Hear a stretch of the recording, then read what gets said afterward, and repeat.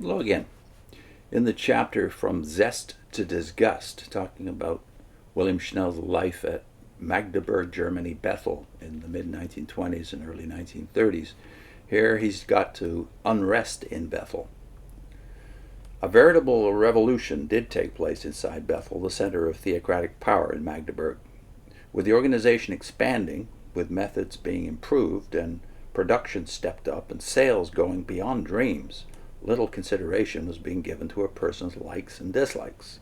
We, of the rank and file, were well fed and had modern living quarters by now, far superior to those enjoyed by most of the families from which we stemmed. We had excellent sanitary facilities, baths, etc., but our time was all rigidly organized and strictly regimented, with 3 meetings a week, 6 days, and often 7 scheduled for work. That did give rise to dissatisfaction. There was no favoritism shown anywhere except to those who were the director's spies and pets. They received all kinds of favors.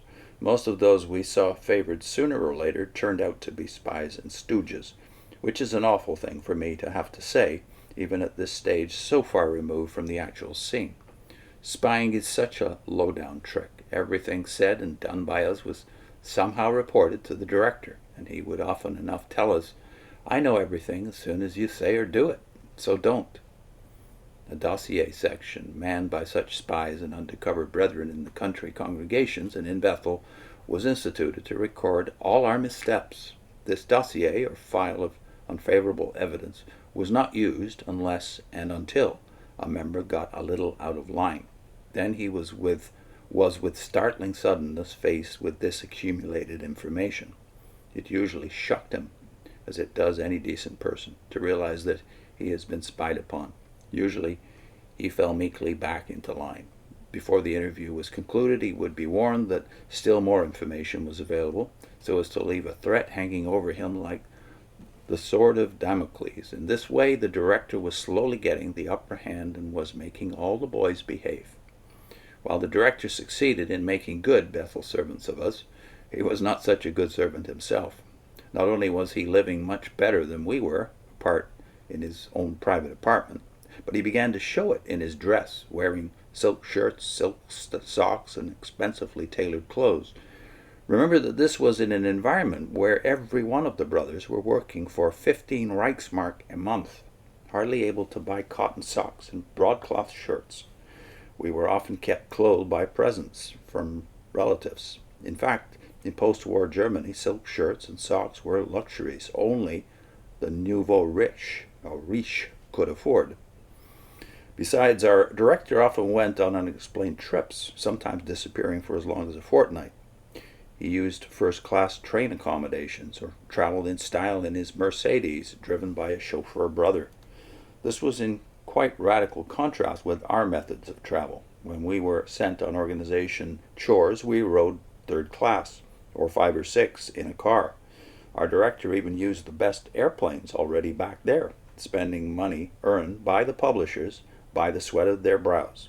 Ever since then, the big misters, or the Messrs. Big as he puts it, of the society have used the finest accommodations and most elite surroundings when on their worldwide trips. All this finally soured so many of the brethren that the word of this dissatisfaction got to the judge in Brooklyn. But having some spies even there, the director got wind of it, and before the judge could take action, he immediately made reservations for an unnecessary trip to Romania, and while there behaved so badly in pressing the authorities for the release of some brethren that he managed to get himself arrested. Soon as the judge heard of the director's arrest in Bucharest, he went to work to get him released. In the meantime, the judge conveniently chose to forget about the charges. In this clever manner, the director managed to save his neck.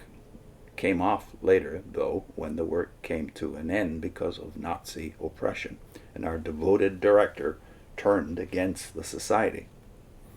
And the last section of this chapter 9 is, I get disgusted. Thus, the whole organization, while mushrooming fast, was really very unhealthy inside. It resembled the Jewish theocracy, which the Lord described in Matthew 23, verse 27. Woe unto you, scribes and Pharisees, hypocrites, for you are like unto whited sepulchres, which indeed appear beautiful outward, but are within full of dead men's bones, and of all uncleannesses. Jejune and insipid it was, and devoid of and indifferent to personal integrity. But make no mistake about it, the new Watchtower organization in Germany, which came out of the ruins of concentration camps and hiding, is today totally theocratic and infinitely more dangerous than the one under which I served. That was still the second tier of the Watchtower Society, and today the third tier of the Watchtower Society is girding itself for world rule to become the New World Society. Early in 1927, I had become thoroughly disgusted with things in the organization. I could no longer endure the torture and torment in my mind prompted by such things as the suppression of Christian thinking and service in favor of organization-mindedness, and the banal repetition of Watchtower slogans. I realized that if I quit Bethel and stayed in Germany, I would never find peace, but would be haunted and persecuted until the organization had got rid of any influence I might have. That is precisely what happened to me here in the USA from 1942 to 1954, as I will show. But back there, I was able to forestall that by exercising my privilege to return to America. I sent in my birth certificate and other necessary papers and applied for a passport. In June 1927, after a 13-year absence, I set foot on the good soil of America. Next time, Chapter 10, Pioneers, O Pioneers. I'm putting a link to a video we did on F.F. Bruce's take on the Pharisees. The Pharisees are much maligned and much misrepresented as to what they stood for and what they believed, as if they are deadly enemies of Christianity and more deadly enemies of Christ. Well, many were, but some were not, and certainly the belief of the Pharisees is the belief of the early church in most doctrinal areas. See you next time.